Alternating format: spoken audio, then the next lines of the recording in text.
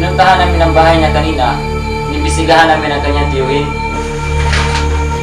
Social mo, nasaan ka nung gabing pinaslang si Daphne? Bakit yung ako pinagdudahan? Dahil ba sa akin mapunta ang kanilang mga lupain kapag mawala ang magkapatid? Hindi ako itigil hanggat hindi nahuhuli ang pumatay kay Daphne. Pati na rin, sister. Hindi na natin makausap ng maayos.